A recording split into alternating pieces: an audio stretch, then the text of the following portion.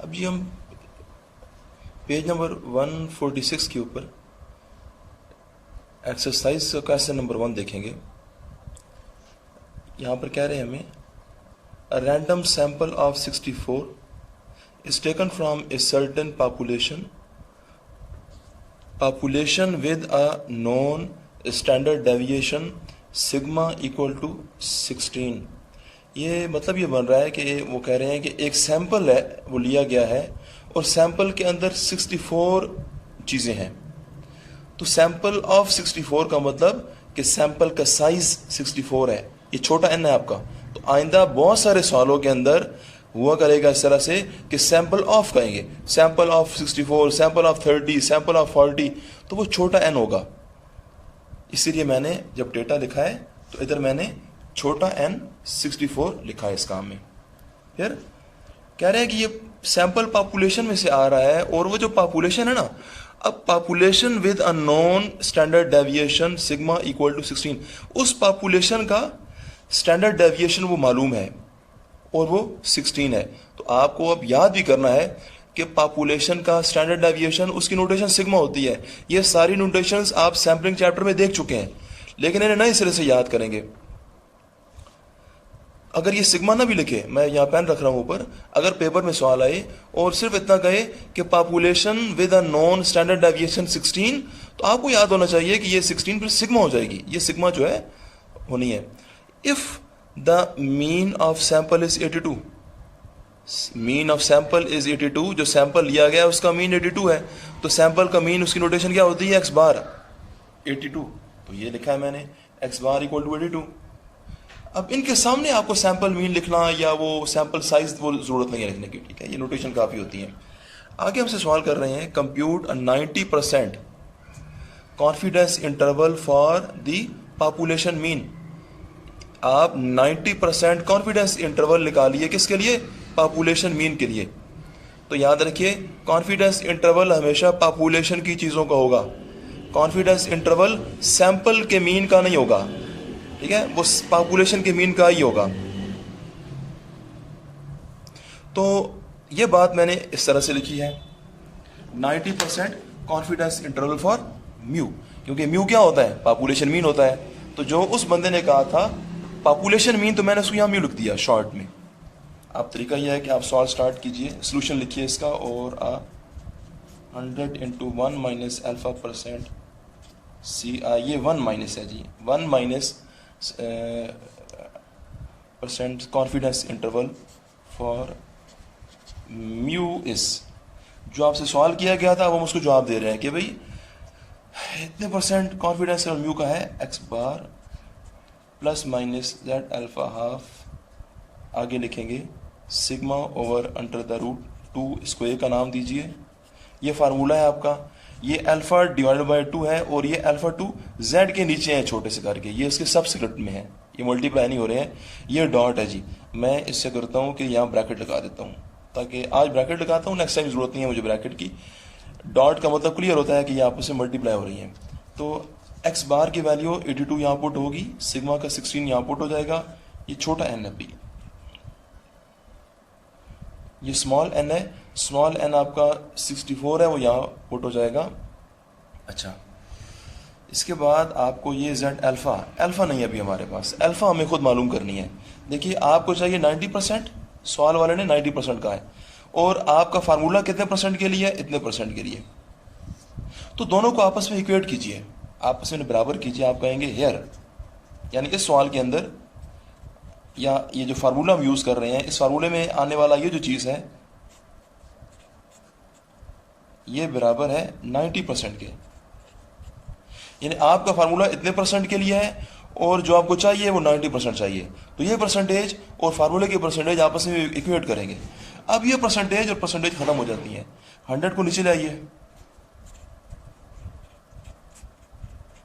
तो ये क्या बचेगा, 1 minus alpha, this is 0.90, alpha उधर जाकर प्लस होगा, ये इधर अगर माइनस होगा, तो हमारे पास फाइनल में आ जाएगा अल्फा 0.10। करके देख लीजिए, ये 0.90 इधर लाकर जब माइनस होगा ना, तो 1 से माइनस होगा, तो 1 माइनस 0.90 कीजिए, यहाँ से आएगा अल्फा का, अच्छा चाहते हैं मैं कुछ स्टेप बढ़ा देता हूँ। दिस इम्प्लाइज मैं इसको 1 माइनस 0.90 कर देता हूँ इक्वल टू अल्फा को उधर जाकर प्लस करता हूँ। ये मैंने ऐसे किया। अब ये 1 1 करेंगे ना तो ये आएगा ये चीज़ और अल्फा फिर अपनी जगह आ जाएगी। तो अब आपने जेड अल्फा हाफ की वैल्यू निकालनी है। आप लिखेंगे नाउ जेड अल्फा हाफ, ये एक रहती है हमारी चीज़, उसको देखते हैं ये कहाँ से आएगी। Alpha half is equal to z 0.10 का हाफ। अल्फा की जगह मैंने उसकी वैल्यू पुट कर दी, तो नहीं ये 0.10 अल्फा की वैल्यू है और ये नीचे 2, ये फार्मूले का 2 आ रहा है जी। अब ये वैल्यू हमारे पास एक टेबल है, उस टेबल को कहते हैं, आप मार्केट में जाएंगे और स्टैटिस्टिकल टेबल वहां से लेंगे, उसका नाम है, मैं ऊपर नाम लिखता हूं, किताब उसको बोलिए स्टैटिस्टिकल टेबल, बाहर लिखा होगा। ये मुख्तलिफ किस्म के टेबल हैं, तो तकरीबन 20-25 रुपए का मिल जाएगा उम्मीद है। तो स्टैटिस्टिकल टेबल आप पता करें कि ये हमें चाहिए, उसमें से फिर इसकी सी कीमत आती है। अभी मेरे पास एक किताब है जिसके अंदर ये एक टेबल बना हुआ है, मैं वहां से आपको समझाता हूं। ये देखिए इस किताब के अंदर अभी हमारे सवाल के अंदर अल्फा की जगह आ रही है 0.10, अल्फा की वैल्यू है 0.10। तो आप जो टेबल लेंगे ना मार्केट में वो भी ऐसा ही होगा, वो ज़रा बड़ा होगा, उससे पहला कॉलम होगा अल्फा का, तो अल्फा के नीचे मुख्तलिफ कीमतें होंगी। अभी ये पहली आ रही है 0.10, नीचे आ रही है 0.05, फिर 0.01। हमारे काम में है अल्फा की वैल्यू, ये है जी, अल्फा की जगह आ रही है 0.10, तो ये हमारी सबसे ऊपर वाली वैल्यू है 0.10। फिर हमारा ये नीचे, इसमें नीचे 2 डिवाइड कर रहा है, तो जिसके नीचे 2 आ रहा हो ना, तो फिर आप ऊपर गौर से पढ़ लीजिए, यहाँ आगे अल्फा के आगे 2 कॉलम है, एक में लिखा हुआ है 2 टेल्ड और एक में लिखा हुआ है 1 टेल्ड। तो क्योंकि आपके इसमें अल्फा के नीचे 2 आ रही है, तो आप इसको 2 टेल्ड में पढ़ेंगे, 2 वाले में, तो आपका 0.10 ये आ गया, और ये पहले कॉलम में, इसकी दूसरे कॉलम में वैल्यू है 1.645। यहाँ वैल्यू प्लस और माइनस दोनों के साथ है, तो ये जो आगे लिखा हुआ है ना जेड अल्फा हाफ है, देखिए आपके काम में भी जेड अल्फा का हाफ हो रहा था, तो ये उस बंदे ने बताया कि ये कॉलम, जो ये कॉलम है ये अल्फा हाफ के लिए है, तो हमारा काम भी अल्फा हाफ का ही है। तो हमने अल्फा की वैल्यू 0.10 यहाँ से पढ़ी और हमें ये मिल रही है 1.645। इस प्लस माइनस को आप इग्नोर कर दीजिए, क्योंकि आपके काम के अंदर पहले ही प्लस माइनस हो रही है, ठीक है, ये पहले ही हो रहा है हमारा। तो अब मैं ये वैल्यू 1.645 अपने यहाँ लिख देता हूँ।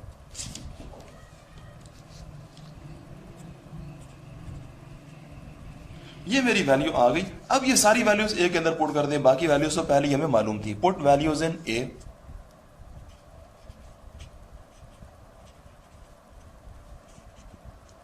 एक्स बार की जगह आएगा 82 plus minus z alpha half की जगह ये वैल्यू आएगी 1.645 और सिग्मा की जगह आएगा 16 और अंडर रूट एन की जगह पर आ जाएगा 64। अब आपने ये करना है कि इन दोनों इनको सॉल्व करना है आपस में। तो जी ये आएगा 1.645 इंटू 16 डिवाइडेड बाय ये 8 आता है, नीचे 8 आ जाएगा, तो हमारे पास आएगा 82 plus minus 3.29।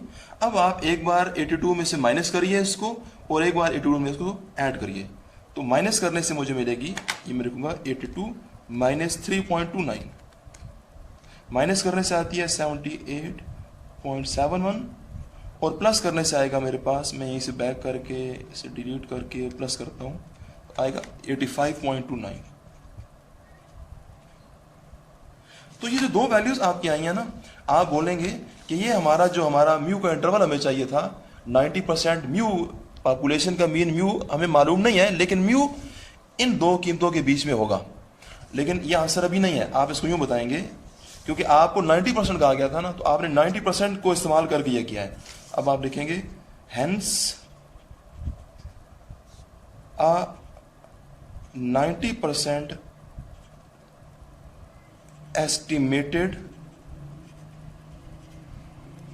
confidence interval for mu is, bracket लगाकर ये दोनों कीमतें लिख दीजिए,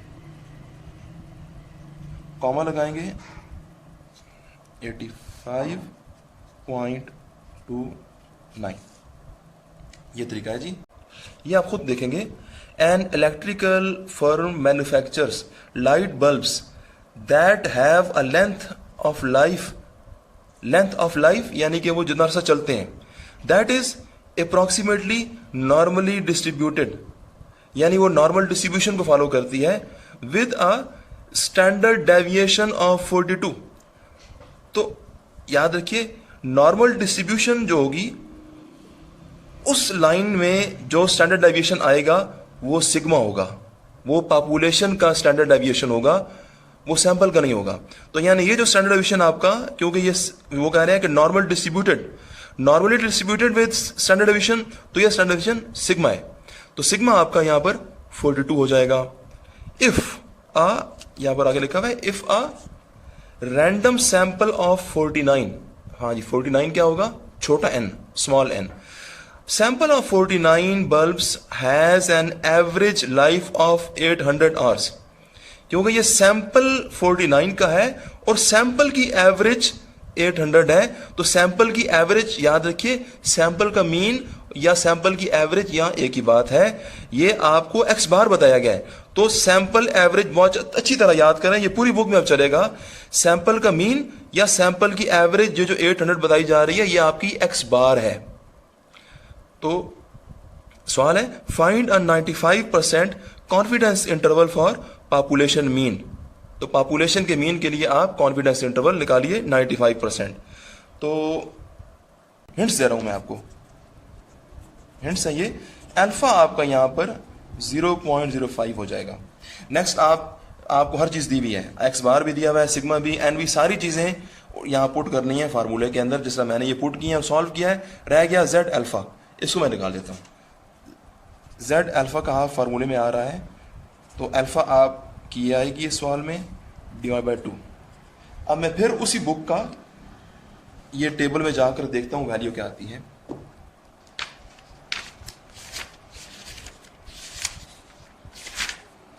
देखिए अब ये टेबल आ गया। अब अल्फा के नीचे देखिए, ये पहली अल्फा के नीचे वैल्यूज हैं। अब आप अपने सवाल की में अल्फा की वैल्यू देखिए आपकी क्या इस्तेमाल हो रही है। आपकी वैल्यू अल्फा की आ रही है 0.05 और ये नीचे भी अल्फा जेड 0.05/2 आ रही है। तो आप इस सवाल के अंदर अल्फा को 0.05 चला रहे हैं, तो इस टेबल में आप 0.05 को पढ़िए और 0.05 ही आ गया, लेकिन आपके 0.05 के नीचे 2 आ रही है। तो 2 आ रही है तो आप इसको ये ऊपर 2 टेल टेस्ट वाले में पढ़ेंगे। ये शायद कि आपको नजर आ रहा हो, 0.05 के ऊपर 2 टेल टेस्ट में आप पढ़िए 1.96, तो आपका ये हो जाएगा 1.96। तो भाई आपने अब सारी चीजें आ चुकी हैं, ये 3 चीजें ये हैं और चौथी चीज ये है। 4 चीजें आपको चाहिए थी, चारों चीजें फार्मूले में पुट करिए, इस फार्मूले को लिखिए, यहाँ पुट करिए, आंसर निकाल लीजिए। 2 आंसर आएंगे इस तरह के। नेक्स्ट जो है, नेक्स्ट क्वेश्चन हम उन पर फिर बाद में ही करेंगे। इसमें आप क्वेश्चन नंबर 4 अगर ट्राई करें तो उम्मीद है कि वो आप कर लेंगे। तो आपको क्वेश्चन नंबर 4 खुद करना चाहिए। ओके, अल्लाह हाफिज़।